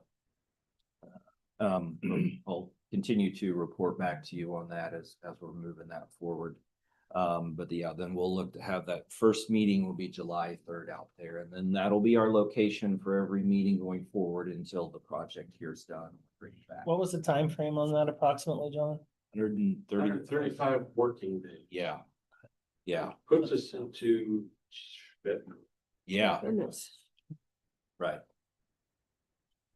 And it creates a lot of challenges for us for election. Elections, yeah, it's just, Yes, yeah. yeah. This is So, where we do all of our a good majority of our training. mhm. Yeah, so it'll be, there'll be a lot of moving parts as we I go think along. most of the windows will be out of here. No, Well, probably not. Probably the last. So the yeah. schedule looks like it's election storage and community credits first. And then we're gonna start on third floor alley, work our way down. 4th Street, third floor down. And then this side, third floor down. So this space kind of gets hit on somewhere the whole time. This would be a staging unit basically in here Yes. for area. Right, yes, so as they order the windows and they have the materials they need, that'll be held in here. And then they'll be able to take them where they need to. Yeah. I want to take those pictures down since they're so valuable. You may want to do that. I think you may want to take them all down. Yeah, well, those are very valuable apparently. Yeah. Yeah, supposedly they are. Wow. Now we have an insurance loss. You look at the budget, could be Yeah, put that for Yeah. revenue selling.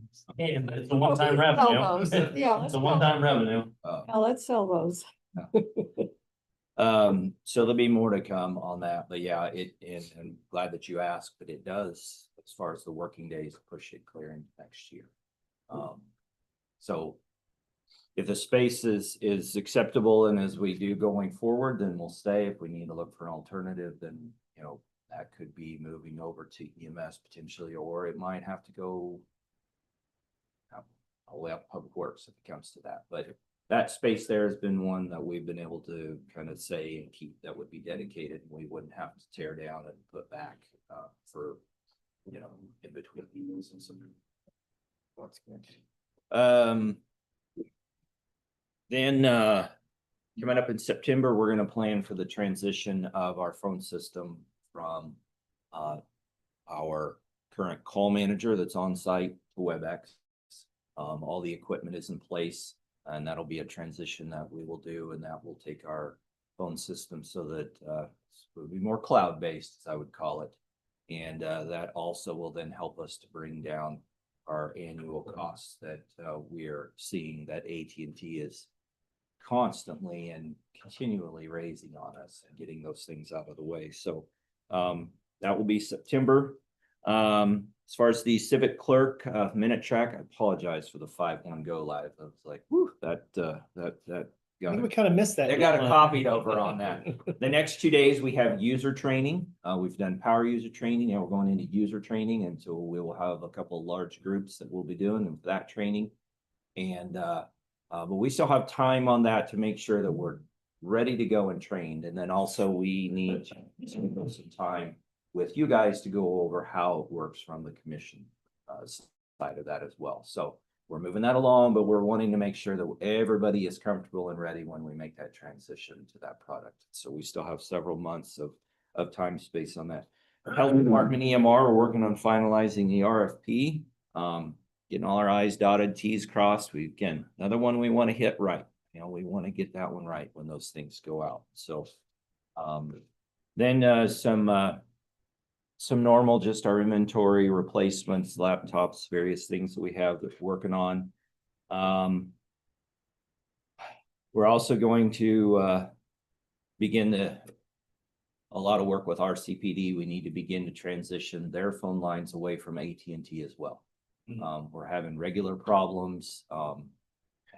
As it turned out, Tyler, he was on vacation in Texas and I'm on vacation last week, and they had phone lines go down. And so between he and I, we were trying to coordinate with AT&T, and it was just tough. they were tough to work with. And, and they just do not have a care, I guess, for the local, and especially, I don't know how many people I tried to get to understand that these are emergency services lines, things they're working with. They didn't care. They didn't care. So we got to move to somebody who will care. Yep. And I've already started that conversation, WTC, and they know that we call in on those lines. We'll have a within 1 hour responses and so forth. And so it's my frustration level is just can't do it. Can't do it. Yeah. Tyler got pulled away from graduation and I got pulled away from what I was doing. And well, it's because of the lines that we were having trouble with. And that's just frustrating. So we got some changes to make there. This Thursday, we'll go through our KCGIS audit between my department, community corrections, courts, attorney's office. We've all been working, even including HR and things, to make sure that our handling of criminal justice records and information is being done correctly. Applications that we have that access those things are being handled correctly. And so it's an audit that we go through. It's regular. I've done it many times, but it's also an evaluation of, are we doing those things right? Have we introduced new applications, new processes? And so we're working through those. So we'll have our audit at 1 o'clock on Thursday of this week. And then in GIS, working on discussions of LiDAR imagery with the city. This is something that was done several years ago. Very costly, so we're in just discussions about where we would go with that and what we would do. But that is something that has come up in a discussion that's taken place. Also moving forward on getting some section ties evaluated, some areas where we're trying to get some better accuracy on property lines in areas of the county, which then leads to our appraiser's land use report. It's a report that's used that can bring up, shows what's being paid and the valuations and so forth. And if we don't have the acreages right, then that report can be wrong and it can adjust the dollars. The dollars from those reports are being used in part of their applications. And so we're evaluating those.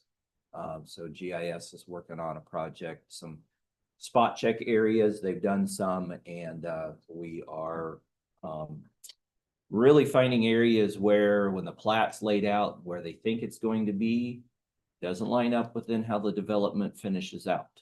And that can really skew some things. And so they're working hard on that. And then the ESRI conference will be coming up where Jake and Sherry will be going. Again, Jake is a presenter out there at the National ESRI Conference in San Diego. So really excited for that additional Riley County representation out there on a national level. They never have it like, Bismarck, North Dakota, or. I know. I mean, Jeez. so one of these days, I guess I should go out there to really see, hey, but now, again, it'll be a great conference. I always love the information that they bring back, new things, and every year, the last 2 years for sure, they brought back things that they've then implemented for us, and they've been really, really exciting changes. So, yeah. Any questions for me? All right. Well, thank you very much for your time. Enjoy the rest of your day. Thanks, Corey. Next commissioner, you have Diane Ben.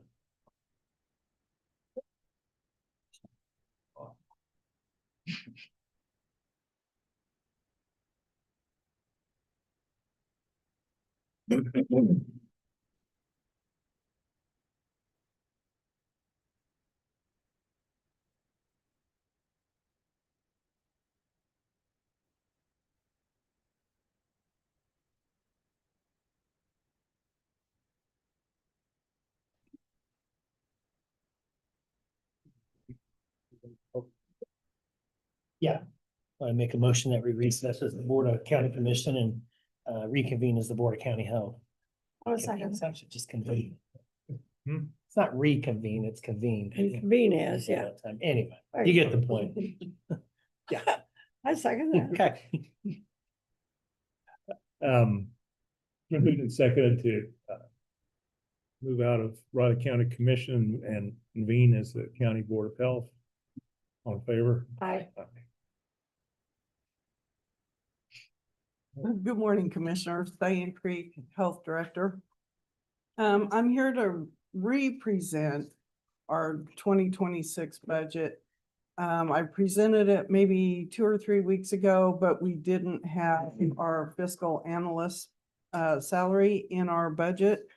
So that has been included. And I also changed the format a little bit to be more transparent and kind of explain the budget a little bit more. The budget covers, there's 11 different programs that have their budgets in this packet.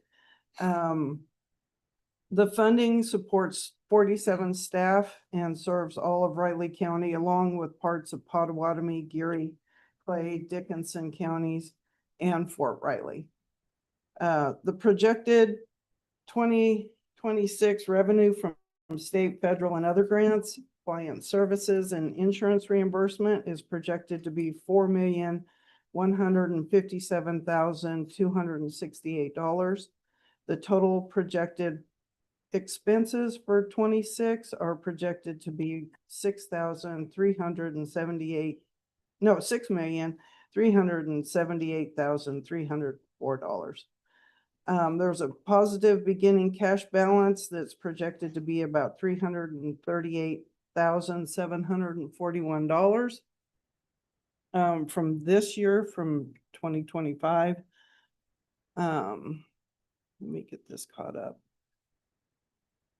And so the health department is requesting a total of $2,288,123 from the county, which is an increase of $334,790 over the 25 request.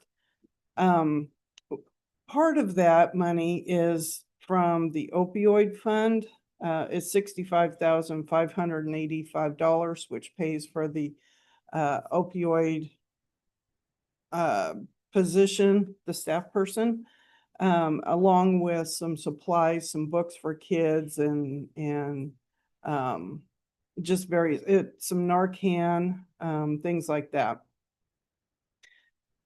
The total 3 Cs for each program are listed below on this form, along with any changes greater than $5,000. There were significant line item decreases, but I didn't include those because this would have been 10 pages. So there was a lot there. Do you want me to go through each program, or is there specific ones that you have questions about? But, just kind of an overview, right, I think, of each one. Yeah. Okay. We've had a chance to Probably- look at it. Probably our biggest increases are in pharmacy supplies, because they're going to increase, services, but in return, the revenues will increase. So those should offset each other. And whatever, like if we buy vaccine, if there's vaccine left over at the end of the year, then we will carry that into 27, the same way as some of the other supplies. Those will be carried over. State reimbursement for other counties. So, for childcare licensing specifically, Well, just in general, in general, that's not the only program that we administer several different counties for, and the state is supposed to yeah, reimburse that, which I Yes. don't believe that they are Yeah. at a full 100%. not 100%. We did get numbers, where they do reimburse, the state reimburses for serving those counties, and we get an added bonus in childcare licensing. So Heather and I have talked about that and how to handle that. And I think at this point, like right now, it's a little late to go to the commissioners at each of those counties and ask them for more money. But I think what we can do is in the summertime, go and educate them on what we're providing to them. And then when it comes to budget time for next year, go and ask them for additional money to serve their programs. Okay. Because I don't think the state is going to be able to, I mean, we can always request from the state as well.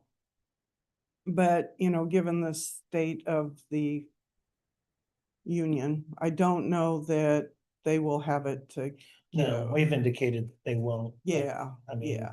And I don't mind I next don't- year I don't- asking anyway. I still struggle with the idea of subsidizing other counties is what is basically. what I they're doing. agree. I agree.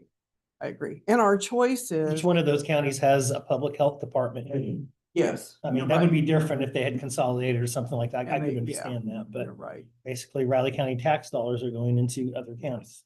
That's Well, can exactly. we right. still could we request now because nobody's budget's totally set for 26. We probably could, we could, you know, we could make That's gonna be my Yeah. thought. kind of a flying trip through, you know, Clay, Dickinson, you know, Pot, some of those other counties and do a request. And if not, it kind of puts them on notice also that that's what we're gonna expect. Yep.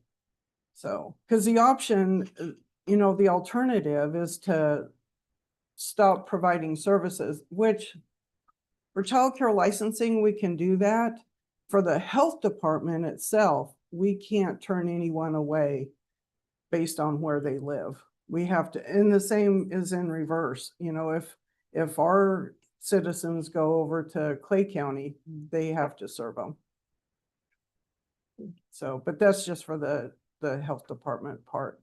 The childcare licensing, we can not serve those counties, and then the state would have to pick it up. They would have to do the inspections.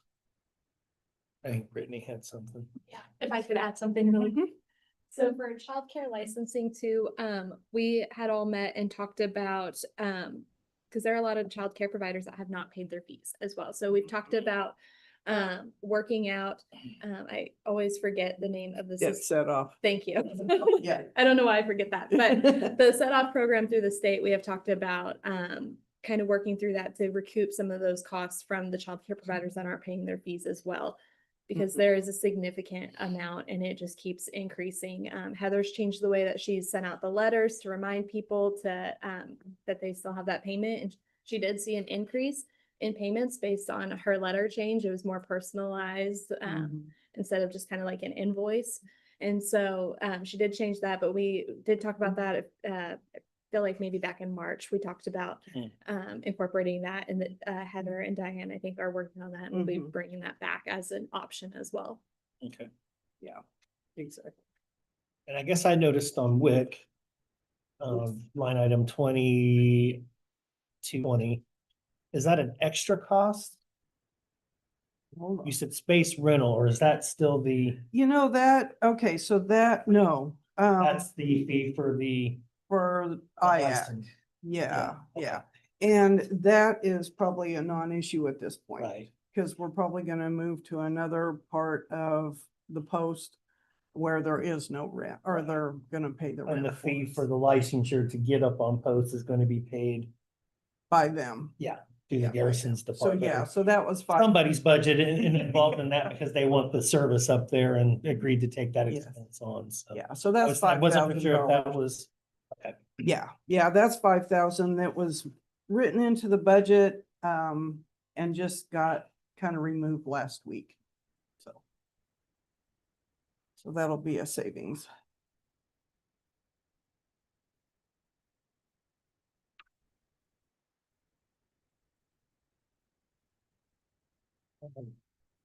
Forgot what it was. I might have been answering.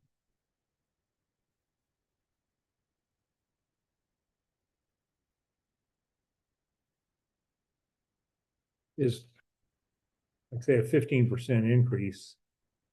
It's pretty hefty. I know. Um,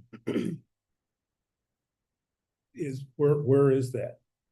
I mean, I've tried to look into the number. Is there one, is revenue change, you know, didn't look like revenue change other than what we had.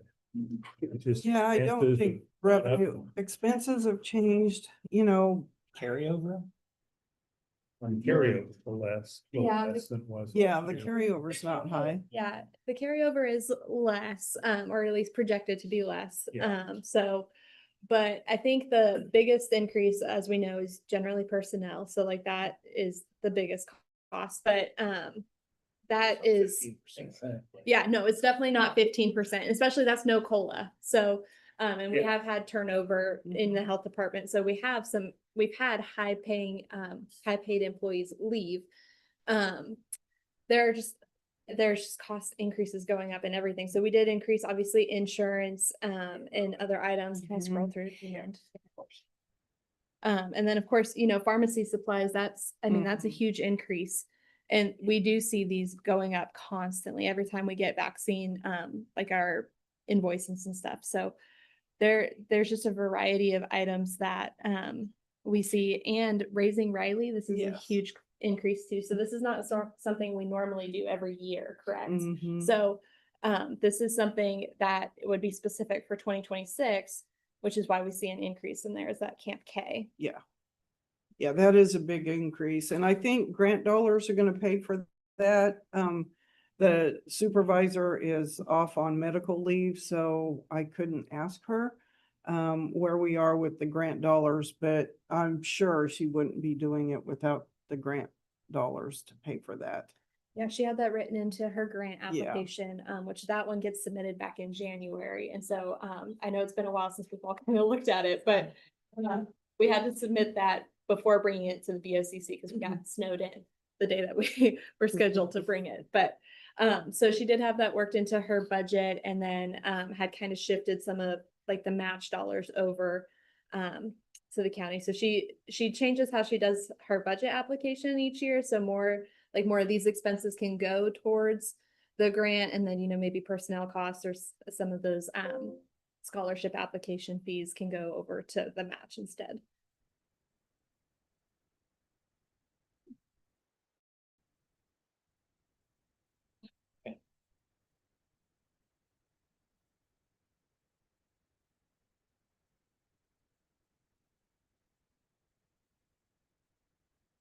Maternal and child health, that looks like a big increase. But what we're doing with it is we're trying to make it to where it's more balanced, the way it should be with the match, because it was 60% last year. Yeah, so Is that right? yeah, and OPEI too was Yes. also over. So we have match on both of those that were required. So like we say 50% match, but it's actually 100% match. The grant pays 50% of OPEI, and then we pay, the other. So the grant is 300 something thousand, and we also match that same dollar amount. So it's really 100% match. But that's where we found going through this process this past year is that there were a lot of dollars being charged to OPEI, and then we were paying more than the match just dollar amount. So we were at that 60% match for OPEI. And so this year, Breva really looked at like splitting those better to make sure that, what is going to MCH really is the 60-40, and the same with OPEI. And we did increase our funding for OPEI and got it approved. And so that's why you see an increase in there as well.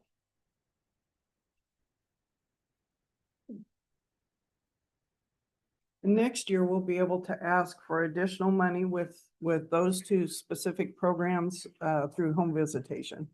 We didn't have time to do it this year, but there's additional money with the home visitation through the state for that.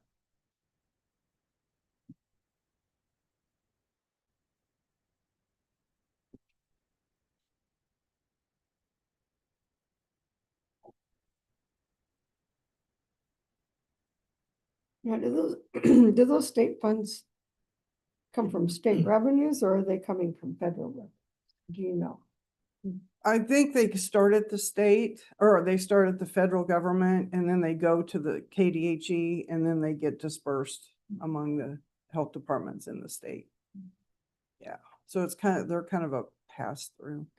Pass through, yeah, I'm just kind of concerned about federal revenue passing Yeah. through, it's, there's a lot of weird stuff going on with that. Yeah, So- yeah, so we might get hit harder next year. yeah, I know. And we're always watching that, and KDHE last week changed the DIS program, which is a program that they pay for, and it provides people around the state that go out and investigate STI diseases. So like, we have one of those people housed in the health department. And so he goes out and if somebody has syphilis or chlamydia or any of those STIs, he goes out and finds the partners and talks to them and tries to get it stopped, you know, because otherwise it'll just keep on going. And so they just changed that. They let everybody go, except for 3 people for the whole state. So they took the state and they split in half lengthwise. And from, I believe, Leavenworth West will be our person. They'll do the whole top half of the state.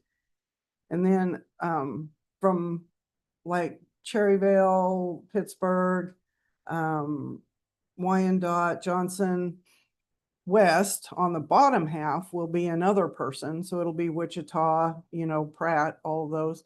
And then there's one person for Johnson, Wyandotte down to Pittsburgh and in that kind of that corner of the state.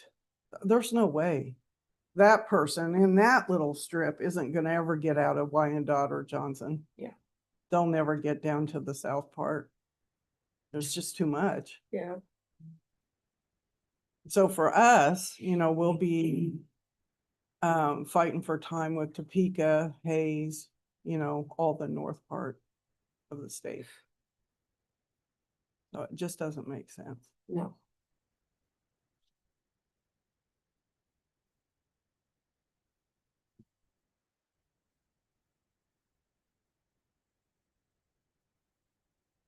We'll just have to see where we're at here in a few weeks. Yeah.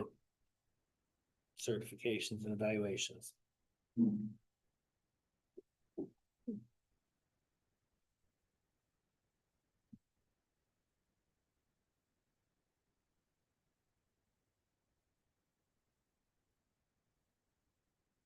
Question? No.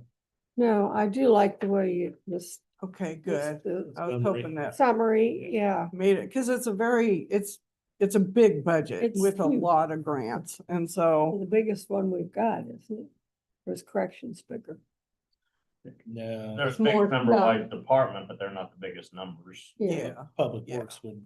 Yeah. yeah. Top Public that for Works sure. is- EMS is getting pretty Yeah. close too. Number of employees. but It's like all this grant, all It's these. a lot of grants, grants. it's more complicated. Yeah, and we'll keep looking for grants. We'll keep, you know, we're constantly looking for other ways to bring in some revenue.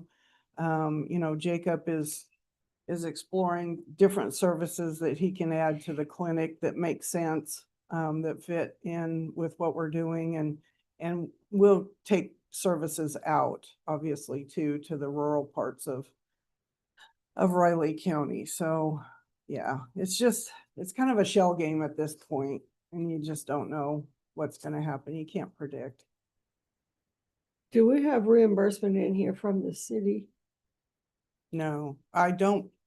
We don't get any. I don't Do think we we get get anything. We don't get anything No. from the city. No. Well, most of our clients are probably from the city. Yes, I They would. did away with that split decades ago. They did. Yeah, I didn't know if they contributed at all. no, I don't think they do. Well, they should. It used to be a 40-60 split. Paid 60, they paid 40. So they just kind of made a resolution and quit. By statute, they're not required to provide health department services, counties are. Yeah. There's an interlocal agreement that been for decades. They just quit that. They gave us like 2 months to make the transition. Oh, that was, yeah, okay, that was. 20. Ping 20, somewhere in there, wasn't it? Yeah. 2013 budget, I think it was. Yeah. So, bring it over there. Okay. Sorry. All right. Well, I just, I'm just I didn't see it and I'm just kind of wondering what, I thought they did.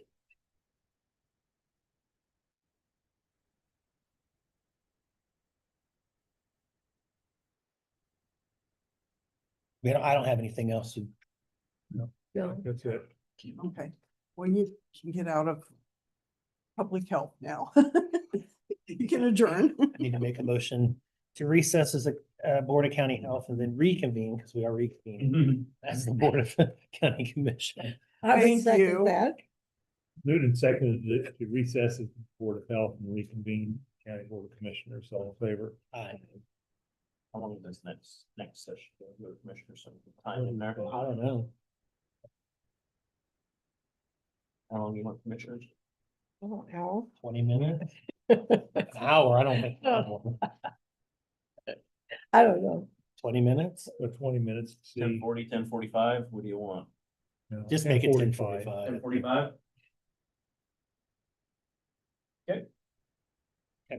I move the county commissioners, including Chairman McKinley, Vice Chair Foki, and Commissioner Ford, recess into an executive session pursuant to the non-elected personnel matters exception to the Kansas Open Meetings Act in order to discuss a personnel matter involving a counselor's office employee, including the search and the hiring of temporary outside counsel to supplement the counselor's office, and to protect the privacy of the employee. The open meeting to resume in the county commission chamber at 10:45 a.m.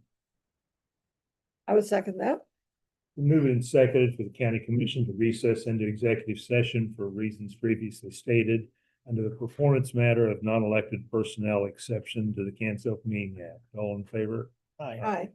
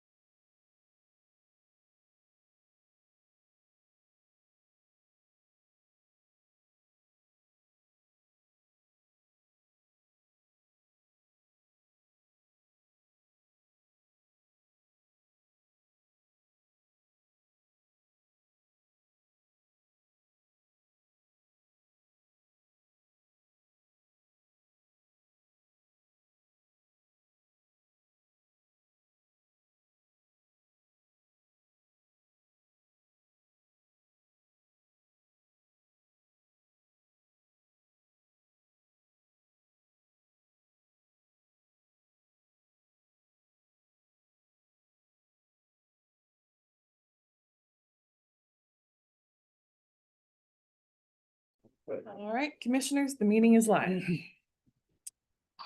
Okay, I move the Board of County Commissioners come out of executive session. Oh, second. Been moved and seconded for the Board of County Commissioners to come out of executive session. All in favor? Aye. Aye. I would make a motion that the record reflect no binding action was taken during the executive session. Second. Been moved and seconded that the record reflect no binding action was taken during the executive session. All in favor? Aye.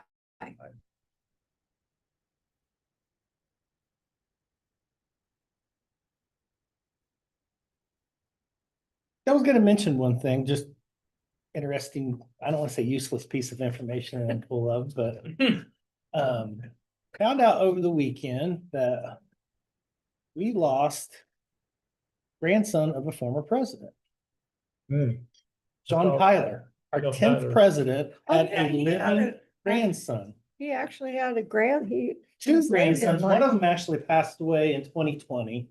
This one passed away, I think, on the 25th or something. What but year was he president? Long time ago. He was our 10th president. He was born in 1790, a full year after the Constitution was ratified. He had like 15 kids. Well, interestingly, he was the first vice president to assume the presidency after William Henry Harrison died 31 days into office after he actually spent more time on his inaugural speech than he did in office, to be honest with you. But he took over, didn't have a really good presidency, but had like 15 kids and had several of them very late in life. One of them had those two sons very late in life, and this one just died when he was 96. Interesting. He was president from 1841 to 45. Kansas wasn't even a state yet. Wow. That's in and around the time of the Missouri My grandpa Compromise. wasn't even here yet. My grandpa. Mhm. Yeah. Interesting. I knew about it, but then I heard that he had passed away, and I thought, that's just too interesting That not was to, useless information. yeah, interesting information. History lesson. Yeah. So, I just thought that was, I'd known about it before, but then I actually saw that he passed away, and I'm like, yeah, that's kind of worth mentioning, so. Yeah, that's neat. Anyway, that's all I had this morning. I thought I'd end on something interesting for a change. Well, I had an interesting comment from my weekend. Thought I'd share with you when we talk about all these rural things going on. Out in Atwood, which is where I'm from, in Rollins County, they have had so many businesses and industrial type businesses that have moved into the county that they don't have, they have not coordinated, they haven't got enough housing for them. So they've got, in Atwood, they've got all this concentration of about 4 big businesses. They're going to McDonald to live, they're going to McCook to live, they're going to, Oberlin to live, they're going all over to live because they don't have the housing in Raleigh, in Atwood to house all these people. So what I was, and Ludell, everything's falling apart, all these houses and everything. I'm going, perfect for RHID out there, but is. they don't coordinate, nobody coordinates any of that before these businesses move in. So that's just kind of a warning to. That's how that was, it was actually established as the rural housing initiative. That's what Right. I said. When the state opened it up, and now it's become a free fall. I want to go get a bunch of houses in Ludell, which is 10 miles from Atwood, and tear this stuff down, build houses. Is there even houses? Others fall apart. There's houses still there. I didn't know It's a that. little The Department of Commerce, they have some rural housing initiatives where you can get grants and stuff, but they're so small. I mean, and they're so competitive that you can't really spread it out to some of those communities. That's And the tough. biggest issue, quite honestly, with state and federal grants is smaller communities and smaller counties don't have the bandwidth and the people. To be able to deal with the red tape and everything that got, and that's what I was mentioning to the gentleman on Friday. I said, Angela's the only person they have over here to do this. If we didn't have like the MPO or the regional council or something else, there'd be no bandwidth to accomplish any of this. It would just be almost absolutely impossible to do. That's what you'd be spending all your time. Yeah, and just driving around in those small towns, there's plenty of opportunity. It's really sad that's happening because you want all these businesses to come in, businesses, and then, where did the workers go? So anyway. that And was how do just a you, comment. well, that's one issue, but the other issue is how do you train the workforce that you need to do Yeah. those jobs? Because if you're moving people in, either they have to have that knowledge or experience already, or that doesn't do some of the businesses any good too, whether you can find housing or A not. lot of them are pretty basic kinds of industries. Is it? So, yeah, well, industrial things and weldings and, those kinds. Welding, Welding and then yeah, it does. they've got one And it's motel. a which I huge need stayed in. everywhere. I stayed at the It'll Do motel. It's not a It'll Do. Hilton, but it'll do. That's, Uh, that's the sign. Anyway, that's my comment for the day. Look at Don Tyler, fathered the child at 7. Yeah. And then his son also had, that son had somebody later in life. I think He had 15 kids. he had 15 kids. Jump off his Yeah. bridge with county wives. Yeah, two separate That's wives been my Oh, just two, last I day tell you. too. that we know of. That we know Oh, of. goodness. He was not a very effective president, but I guess he was effective in other areas. Oh, goodness. Oh, Lord, help. What a day. What wasn't a rather long day Thank goodness. compared to what we've had. Get ready for hopefully some rain coming. Yeah, Tomorrow. we just have some cooler temperatures. Tonight, again. tomorrow. How about Starting out today's- June, that's good. Around 90. Okay, well, there's nothing else. No. Okay, I'll make a motion then that we adjourn the June 2nd meeting of the Riley County Commission. I would second that. Been moved and seconded to adjourn the Riley County Commission meeting. All in favor? Aye.